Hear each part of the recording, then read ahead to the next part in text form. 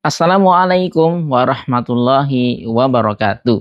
Sobat Quran yang dimuliakan Allah Subhanahu wa taala, pertama-tama marilah kita panjatkan puji dan syukur kehadirat Allah Subhanahu wa taala karena kita masih diberikan kesempatan untuk beribadah dan mempelajari kitab suci Al-Qur'an.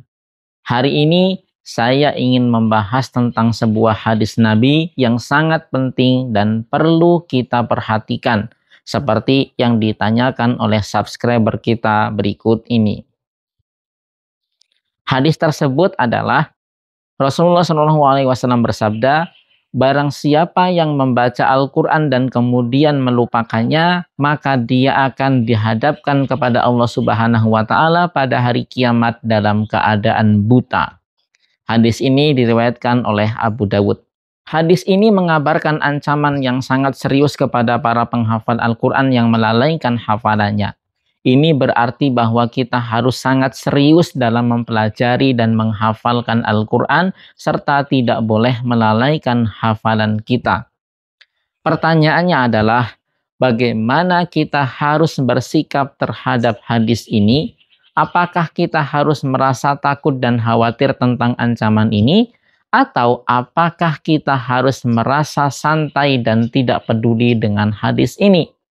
Jawabannya adalah kita harus merasa takut dan khawatir sehingga kita dapat lebih serius dalam mempelajari dan menghafal Al-Quran.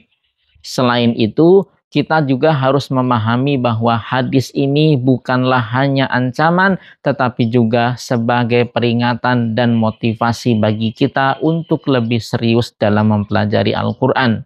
Kita harus memahami bahwa Al-Quran adalah kitab suci yang sangat penting dan perlu kita pelajari dan hafalkan dengan sungguh-sungguh.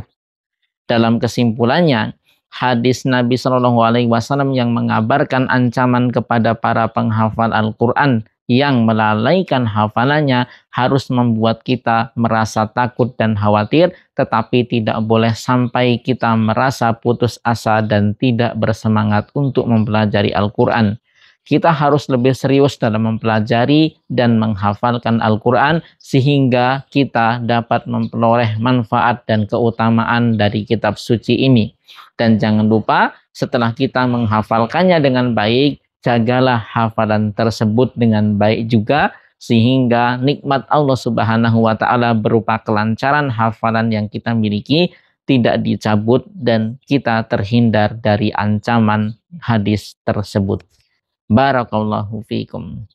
Apakah Anda ingin menghafal Al-Quran tapi memiliki kendala? Pilih metode pembelajaran yang Anda sukai. Bisa lewat video call untuk interaksi yang lebih dekat, voice call untuk kenyamanan yang lebih baik, atau voice note untuk fleksibilitas yang lebih tinggi. Daftar segera di sobatquran.id dan mulai menghafal Al-Quran dengan mudah dan fleksibel.